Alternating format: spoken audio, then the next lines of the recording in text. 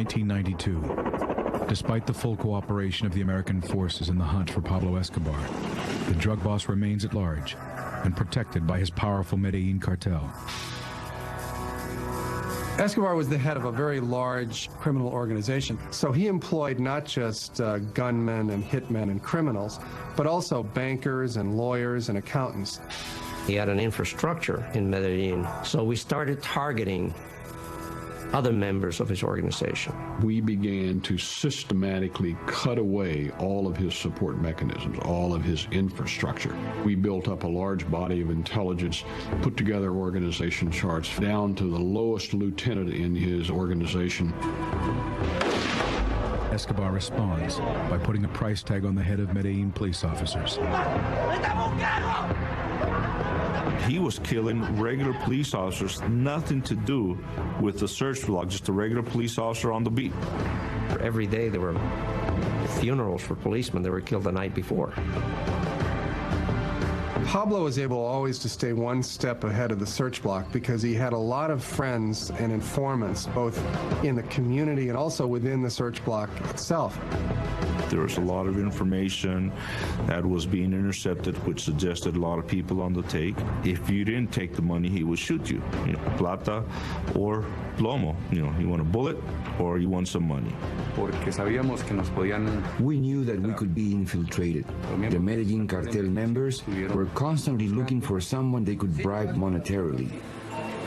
It became apparent to the Americans and to the Colombians searching for Escobar that the tactics they were using were never going to be successful.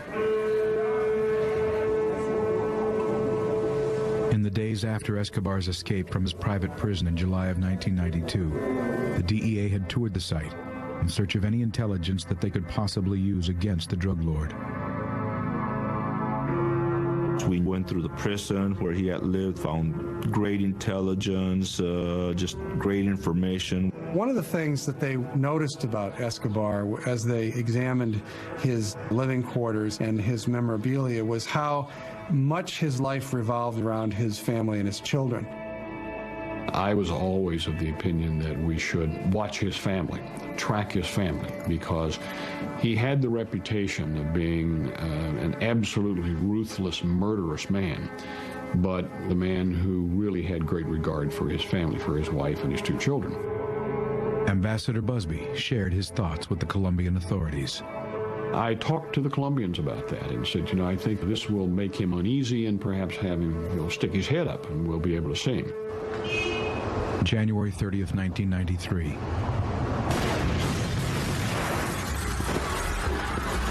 A 220-pound car bomb explodes in front of a bookstore in downtown Medellin. It killed scores of people, many of them children shopping for school supplies. And I think it was really the point at which the gloves came off in the search for Pablo Escobar.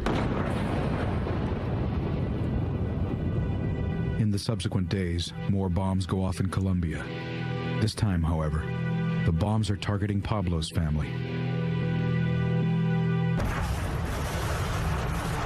A bomb blows up a 12-story apartment building owned by Pablo's mother. Soon, another Escobar house is decimated. An organization calling itself Los Pepes came out of the woodwork. A mysterious entity begins targeting Pablo's organization and even his family for outright assassination. Los Pepes, which stood for, in its acronym, People Persecuted by Pablo Escobar, suddenly burst on the scene, targeting and assassinating anyone who was associated with Escobar. It had the earmarks of a psychological operation of some sort. But it got very quickly beyond that, and it became a murderous bloodbath. People being killed by the Pepes almost every night. They ran the whole gamut of crimes. So, in reality, Los Pepes were just as ruthless as Escobar. Anybody who had any connection with Escobar was either killed, arrested, or running for their lives. Personally, I thought he was getting a taste of his own medicine. Let's just call it another flank he had to worry about. The police, never did stuff like this. I mean, he was always worried about the police, but now you have Los Pepes playing outside the rules. They started to play dirty just like Escobar. They were killing as many as 5 and 6 people a day. They would assassinate these people and leave signs hanging around the neck of the body, signed Los Pepes. While Los Pepes is exterminating Escobar's support structure, the search block takes down some of Pablo's top lieutenants, such as Tyson Munoz. The search block raided the apartment, cornered Tyson, and killed him in the proverbial gun battle with the Colombian police. The confrontation was pretty much inevitable because these people were not going to be taken alive. In my opinion, the police did not want to take them alive either because the wheels of justice don't work in Colombia the way they do in the United States. Despite an official prohibition, many of the American forces are rumored to be participating in the search block raids. Delta Force operators and the DEA agents very frequently went along on these raids and often led them. We couldn't stand back and feed them this information about a potential Escobar hideout and expect them to go out and participate in all the dangerous activities while we sat in the rear, and drank our coffee and waited for them to come back and report to us. So Javier and I decided ourselves that we would be involved in these operations. We're right there on the front lines with the guys, running in, kicking the doors, going in, participating right alongside the Colombian National Police. With Americans funding, training, and possibly even participating in search block raids, concern grows over a possible connection between the search block and the death squad, Los Pepes. There were allegations on the part of Pablo that Los Pepes and Martinez were one and the same. I was very much afraid of somehow DEA being contaminated by what was going on out there. There's been accusations that members of the Bloque de Busqueda provided information to Los Pepes. Did I ever see that? No. Did I ever see any indication that that happened? No. Could it happen? Sure, it could happen. There's 600 guys in that operation. It's still something of a mystery who Los Pepes were, and that's obvious because the Los Pepes were basically murdering people. One of the few to admit to participating in the killings is Escobar's former ally, Carlos Castaño. Los Pepes is una organización. Los Pepes is an organization that arose supported by the auto defenses. Yes, particularly by my brother Fidel Castaño, but it was bigger. Carlos Castaño and his brother Fidel were some of the original paramilitary units created to fight against the guerrillas. When Escobar began executing members of his own organization inside his private prison, La Catedral, the survivors began to secretly ally themselves with Pablo's paramilitaries against the drug lord. El cartel de Medellín era Pablo Escobar y sus secuaces. Pablo Escobar killed most of his friends and allies and his pals. But there were relatives that survived that lunatic and they joined us. The drug trafficker said, we're sick and tired of this guy, we're going after him. And they created the Pepes, and they attacked him exactly the way he used to work against society and against them. Descubrimos que era un monstruo. We realized that he was a monster that we had to fight against no matter what. So when they turned against him, they knew the inner workings of his organization. They knew who the people were, where the money was. Los Pepes reportedly received support from Pablo's chief business rival, the Cali cartel. The Cali cartel was more than happy to help Los Pepes or the search block or the Colombian government go after Escobar because he was their primary rival. And by eliminating the Medellin cartel, it just made for a more lucrative business for them. Colonel Martinez and the U.S.-backed search block are rumored to be cooperating with Los Pepes. Colonel Martinez was at this point, even though he denies it, I think, was willing to work with these elements from the underworld because for him, the battle with Escobar had become very personal. Podría decirse que éramos afectados por Escobar. You could say that Escobar affected all of us who were Los Pepes members. Integrábamos los Pepes. When things started to get really ugly, when Los Pepes began killing people wholesale, it was clear to the Americans working in Bogota that this was out of bounds. And if word got back to Washington that the United States effort was connected in any way to these death squads, then Washington would basically pull the plug on American involvement. This threw something into the game which really could have brought everything to a grinding halt. Mark Bowden's Killing Pablo cites classified cables outlining the American concerns about Los Pepes. While the United States Embassy in Bogota maintained the pretense that there was no connection whatsoever between Colonel Martinez's search block and Los Pepes, I came across the DEA's cable traffic back and forth from Bogota to Washington, which documents the knowledge of DEA agents that Los Pepes were intimately involved with the search block. Ambassador Busby himself wrote a rather lengthy cable to Washington where he details the fact that their own intelligence showed that there was a connection between Los Pepes and the search block. In fact, Ambassador Busby had gone to President Gaviria to complain about this and to demand that this connection cease and desist. I had several meetings, and one of them, I want you to say, every member of the police, that this is not an instruction, that this is not the policy, that we shouldn't be involved in that. Days after Gaviria's orders to the police, Los Pepes issue a press communique announcing they are officially disbanding. And in effect, for a period of time, Los Pepes did cease and desist. So it was obvious that they understood that there was a connection between the police and Los Pepes. Though officials moved to distance themselves from the vigilante group, Los Pepes continued their bloody campaign. Los Pepes were the first tactic employed against Escobar that was immediately effective. In short order, everybody associated with Escobar, his family members, his lawyers, his bankers, his accountants, were either running for their lives or dead or under arrest. And very quickly, Pablo began to find that his protective shell was disintegrating. We confronted Escobar's terrorists. There were a lot of killings during this confrontation. We could see that the impact that they were having was incredible because they were playing without any rules.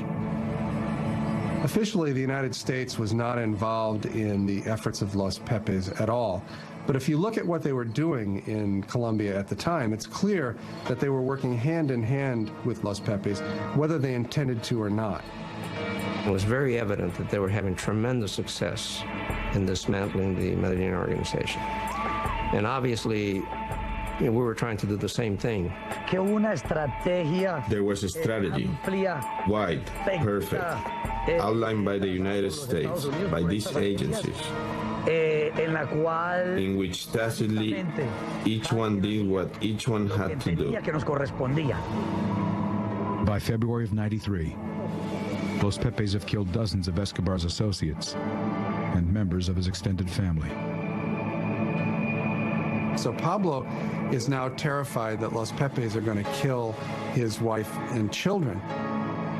I got a phone call, almost a frantic phone call from the Minister of Defense, who said Escobar's wife and children and an entourage of 12 or 14 people are at the Rio Negro airport, and they have visas to go to the United States, and they're going to leave the country. If he succeeded in getting his family out of the country, there would be no inhibitions on him, and there was no telling what he might do.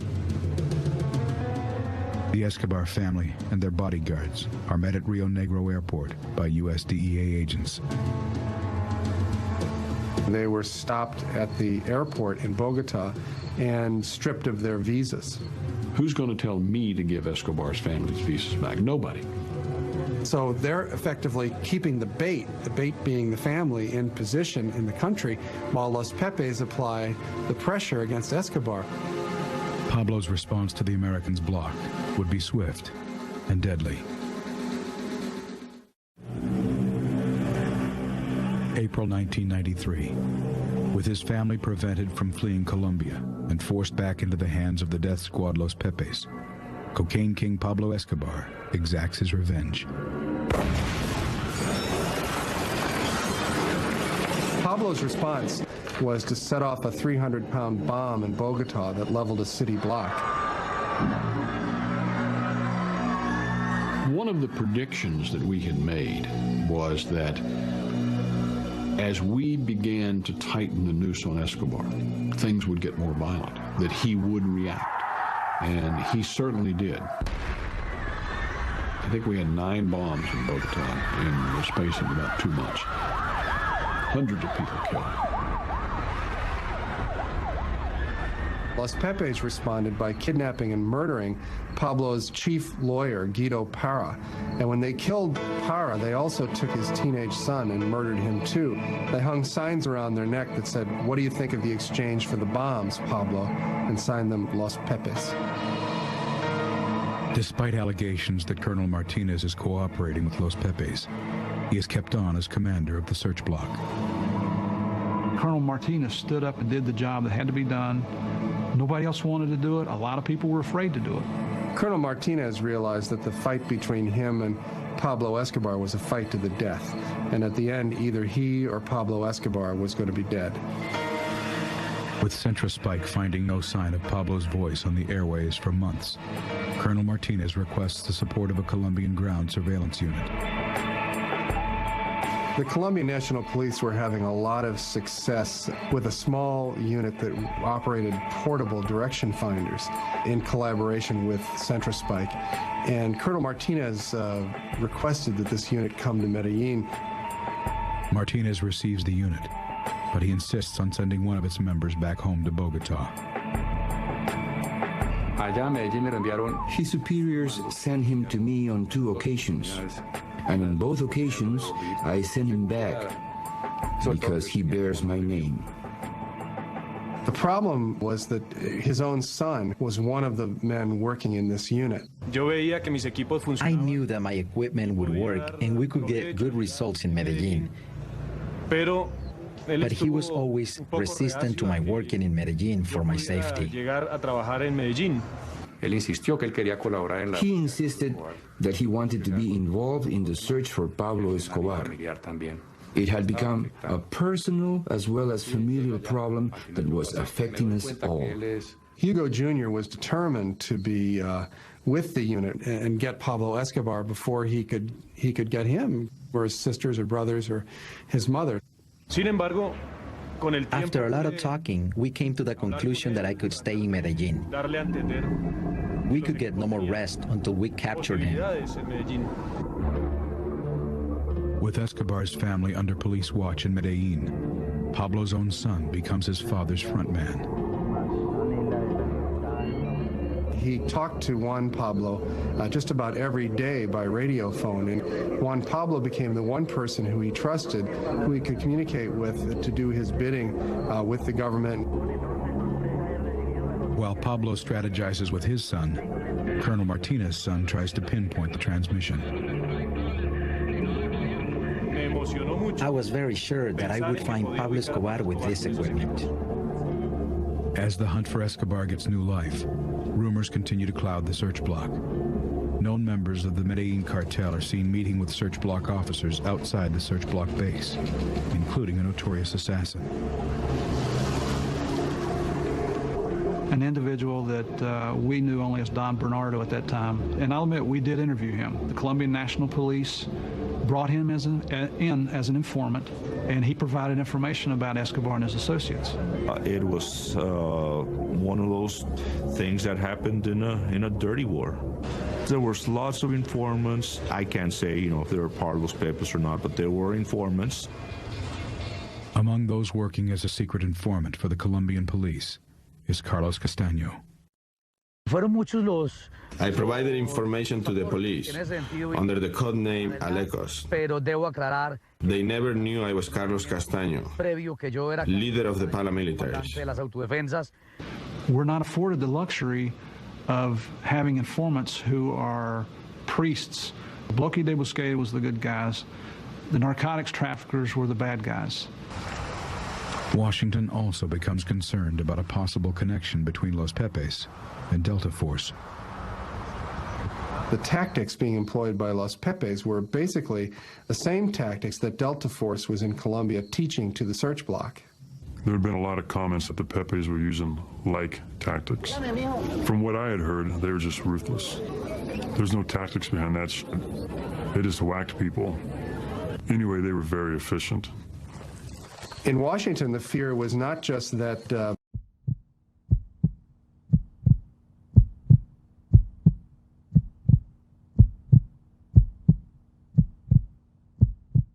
members of the Colombian search block who had been trained by Delta Force were in fact moonlighting as members of Los Pepes, but that Delta Force operators themselves might be participating in these hits. November 12, 1993. The CIA briefs the Pentagon on suspicions of a connection between Delta Force and Los Pepes. A decision is made to pull all American forces from Colombia. I did get word that we were going to be told that our military units were going to be pulled out, and I certainly didn't want that to happen. Ambassador Busby was then able to go to work with his connections in the White House to countermand the Joint Chiefs order to remove the people from Colombia, and they stayed. As Busby buys the search block precious time, surveillance teams continue to crisscross Medellin. In late November of 1993,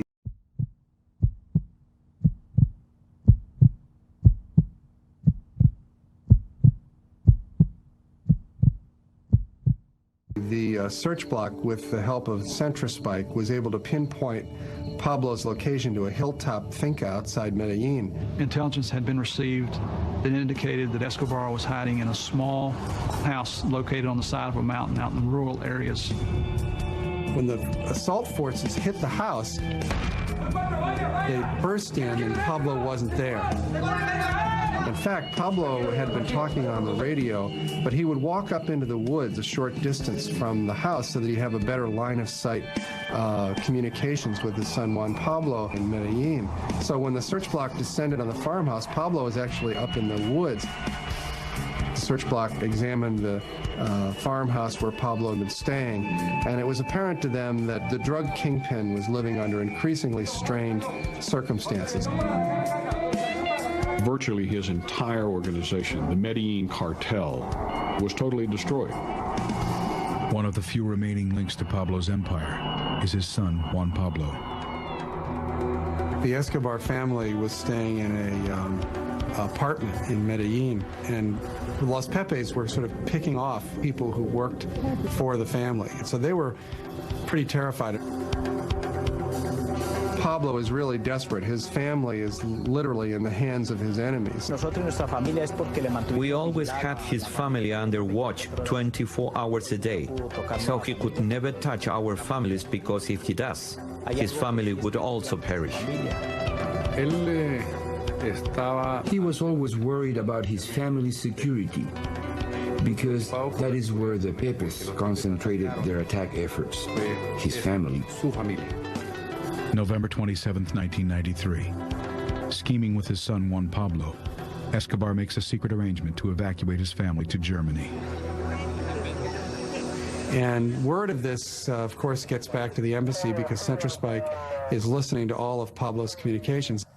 We learned that they were traveling on a Lufthansa flight from Bogota to Germany.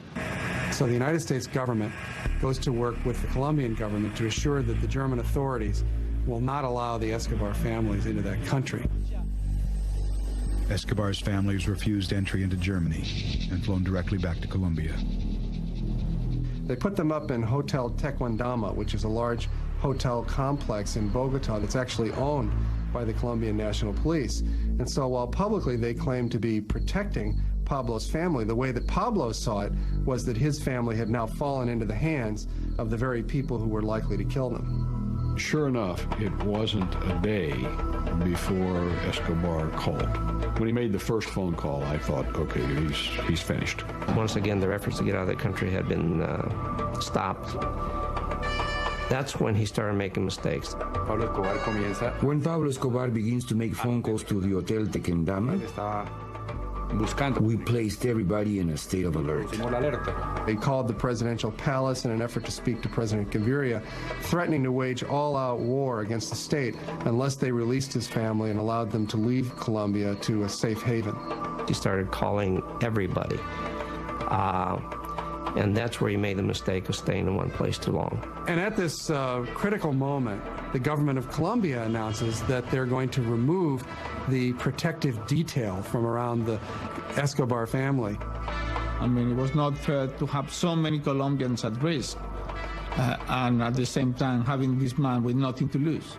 At this point, just to ratchet up the pressure on Escobar, Los Pepes made a public announcement that they were going to resume their murderous campaign against him. We were closing in on Escobar. We made him get to a point where he had to abandon his bodyguards and he was reduced to hide out almost alone. With the exception of Pablo's family, every resident of the hotel has fled for fear of being caught in the crossfire between Pablo Escobar, the search block, and the Pepe's death squad. The fear is so palpable that little Manuela, who was then 8 years old, was overheard walking the halls of the empty hotel, singing a little Christmas carol to herself that she'd changed the words to, and the words that she was singing were, "Los Pepes are going to kill my father, my mother, and me."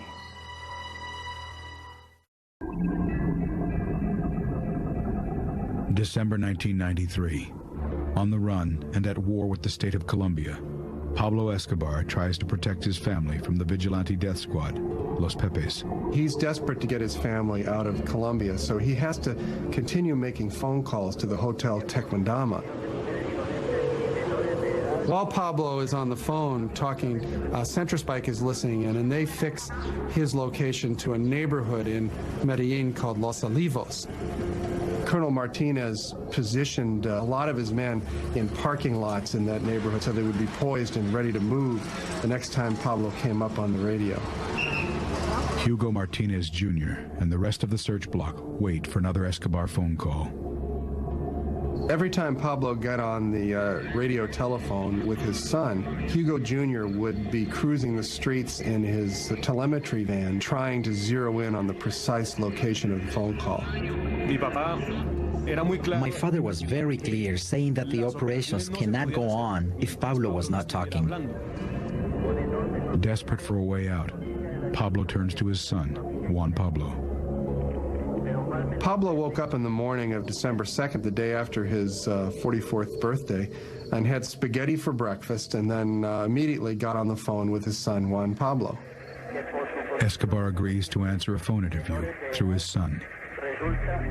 He instructs his son to accept a list of questions from journalists with the intention of giving interviews that will play on the heartstrings of the Colombian public. The fact that the government is using his wife and children as bait. Juan Pablo asked his father for some coaching on how to answer the questions. He also warned Pablo that there were a lot of questions, so this conversation might take a long time. He tells Juan Pablo that they'll get back on the phone a few hours later.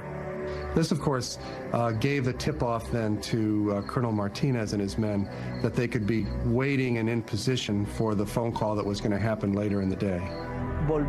Indeed, he called again. We were already located in a house near the zone from where he first called. Hugo immediately started tracking the signal, and the search block followed him out into the city. He's looking at a little monitor that has a line stretched across it, and the line either contracts or expands depending on whether he's getting closer or getting further away. And initially, he locates it in a building where he thinks Pablo must be speaking. And the search block launches a raid on this building. But immediately upon launching the raid, Hugo Jr. realizes that he's made a mistake. I read the instruments wrong. They went inside, and I realized he was still talking, and I was very surprised. I had to look again at the instruments, and I found out that there were things that produced an error in the readings. The signal is bouncing off of water in a little canal running down the side of the street. When I realized this and made the subtractions, the arrow changed immediately.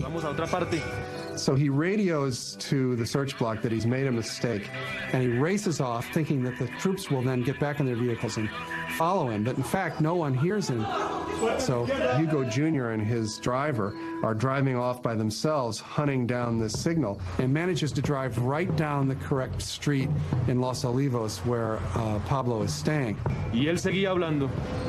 He started talking again, and I followed the signal to the point where the equipment showed me the exact location he was in. I turned around and passed by the front again. And with the radio in my hand, I put my hand out the window and started pointing at the window in the second floor. At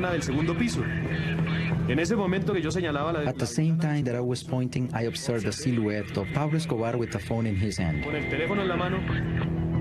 I was listening, and he looked through the window. We saw each other. He calls me and tells me I have located him with zero margin of error. Furthermore, he tells me I'm looking at him. And Colonel Martinez immediately tells him, don't go anywhere. I tell them that they should wait for the search block, but if they had to confront him, to do so. And so Hugo went around to the back of the building, and some of the men with him staked out the front door. Pablo Escobar was very calm. We did not see him trying to make any escape attempts. He was very still, maybe waiting for luck to help him again. But this time he was surrounded. Hugo Aguilar's team reaches the scene and immediately makes the assault. Pablo hadn't noticed anything peculiar and was still talking on the phone with his son Juan Pablo when the explosive charge went off on the door downstairs. We began going up the stairs. I was up front. Pablo Escobar said, "There is something going on here. I'll call you back." And he threw the telephone. He ran to the window, and he went into the abyss. Escobar's lone bodyguard, Limón, is the first to reach the window. The man that was with Pablo Escobar came out of the house. He jumped, and he headed in our direction, shooting. Limón attempted to race across the rooftop and was apparently shot on his way across the roof. The force of his momentum carried him right off the roof, and he landed on the grass behind the garage. And then Pablo Escobar appeared. He had two guns in his hands. Pablo began trying to inch his way out along a wall that bordered the rooftop, looking for some avenue of escape. He was talking to the police with such rage and shooting in and out of the house. When he was against the wall, we were not able to get a line of fire to hit him. He started walking to the front. And since the roof goes up, we started seeing more of his body. And at that moment, he fell.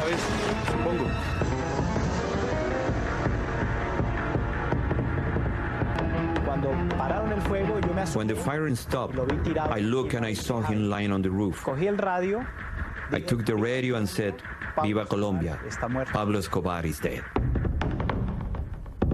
The world's most powerful criminal was dead. But just how Pablo Escobar died would remain clouded in mystery.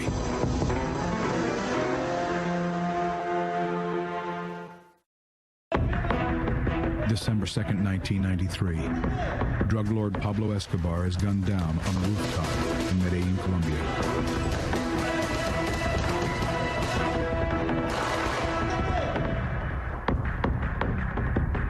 Javier, they just killed Escobar. Like, what? They just killed him in Medellin. It's all over the press. So, I mean, I was happy. I was elated.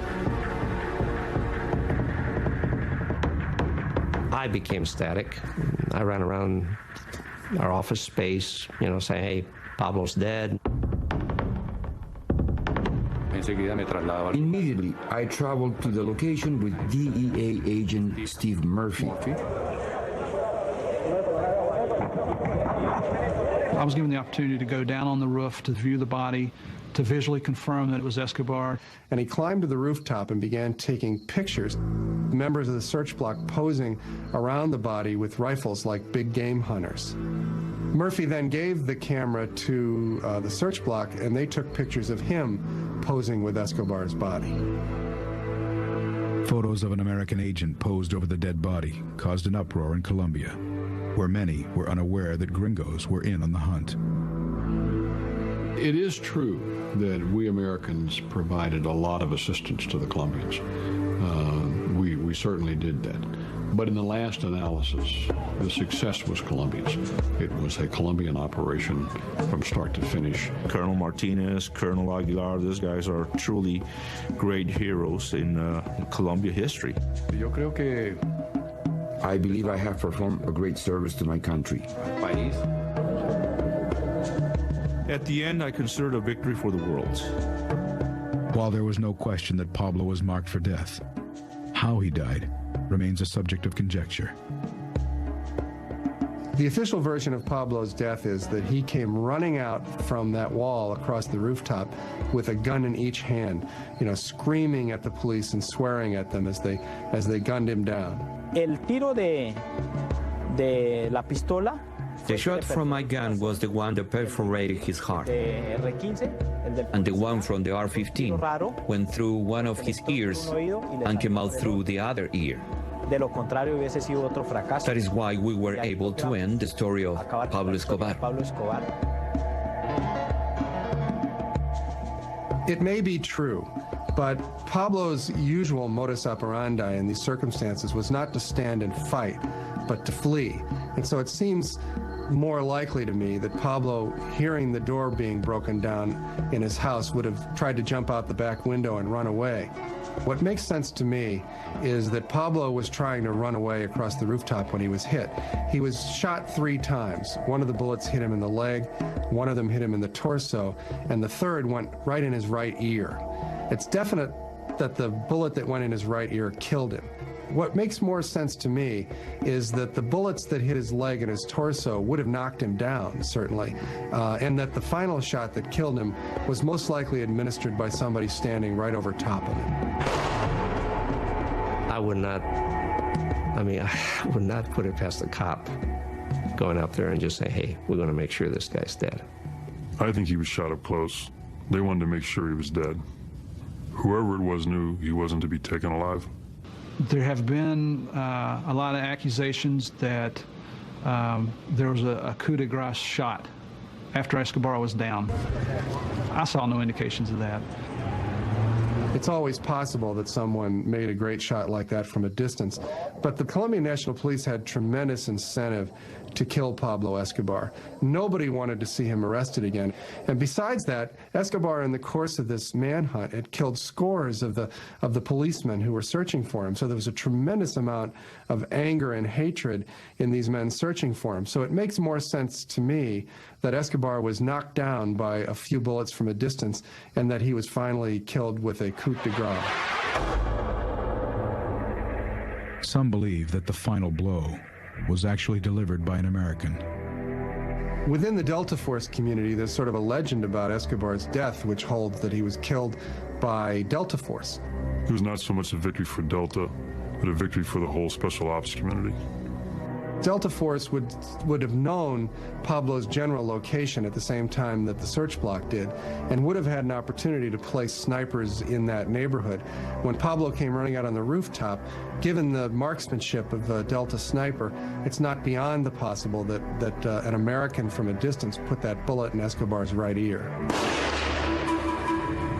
I think the most likely explanation is that Escobar was killed by the Colombian National Police, by the search block. They had every capability and every desire to see Pablo Escobar dead themselves. There were no Americans involved in it. That was the Colombian National Police taking care of business. The legacy of the Los Pepes death squad has cast an even darker shadow on the history of the hunt.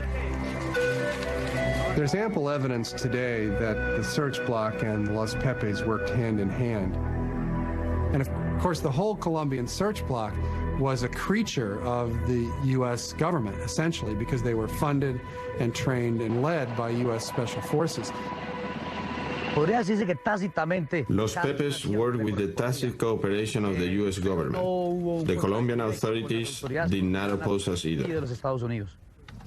The members of Centrospike who I've interviewed said there was never any doubt in their mind that there was a direct connection between the information that they were collecting and the information that Los Pepes were acting upon. So there's very little question in my mind that the effort to track down Escobar was a collaboration between the United States government, the Colombian National Police, and Los Pepes. I never saw any evidence that it was a Colombian government operation.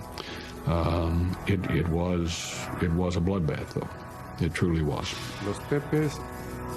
The Pepes operated on their own accord, by themselves. For Martinez to say that there was no, there was no connection there, he can say whatever he wants to, but there was a connection.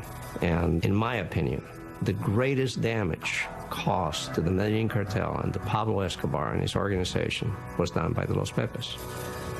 The Pepes were not a factor in what we were there to do. But were they a factor in getting Pablo? Yeah, big time. Today, Pablo's place as the world's king of cocaine has been taken over by the Marxist rebel movement known as FARC. FARC guerrillas are responsible for over 70% of the cocaine that reaches the streets of America. And like Pablo Escobar, they have waged a campaign of terror against the Colombian state. The FARC has inherited a lot of the methods that Escobar used, the car bombs, the kidnappings, the terrorism against civilians. So in that sense, they're looking very much alike, unfortunately for Colombia. As America supports Colombia in its war against the FARC guerrillas, they may once again share a dark ally. Soy Carlos Castaño, jefe. I am the leader of the AUC. We exist to fight the FARC guerrillas because the state is not strong enough to fight them themselves. Terroristas colombianos. Carlos Castaño has admitted that he was one of the early members of Los Pepes. He, of course, has gone on to become one of the right-wing paramilitary leaders in Colombia. With the tacit support of the Colombian army, the AUC has waged a dirty war against the FARC, allegedly massacring thousands of civilians deemed sympathetic to the FARC guerrillas. He's regarded by many Colombians as a hero, but also by many as a violent criminal. There's a real close relationship between the Colombian army and the AUC, in the same way that there was a relationship between the Los Pepes and the police. You know what I'm saying? Like Los Pepes, the AUC has officially been denounced by the U.S. and placed on its list of terrorist organizations. But I suspect that just as in the case with Los Pepes, the paramilitary units will continue to do what they've always done, because ultimately it's going to benefit the United States government and the Colombian government in their war against the guerrillas. I think they're a necessary evil. As long as they're the enemy of my enemy, they're going to stay alive and functioning. As Colombia and America square off against the worst enemies they've ever faced, Los Pepes provide a keen example of the central dilemma of modern so-called discretionary warfare. The issue of the Los Pepes, it's one of the central ethical issues involved whenever you use military force, and that is, how far are you willing to go to succeed? When you make the decision to go to war, you've essentially decided that the situation is beyond the bounds of normal law and order. When the people are terrorists, but they have a good network, it's very difficult to catch them. I mean, the U.S. has seen that recently with bin Laden. When a person has a clandestine organization, it's not easy. You're facing an enemy who's trying to kill you. In those kind of circumstances, the ultimate goal is to succeed, is to win, not to necessarily play by the rules. In fact, sometimes the circumstances will force you to play by the same kinds of tactics that your enemy is using in order to prevail.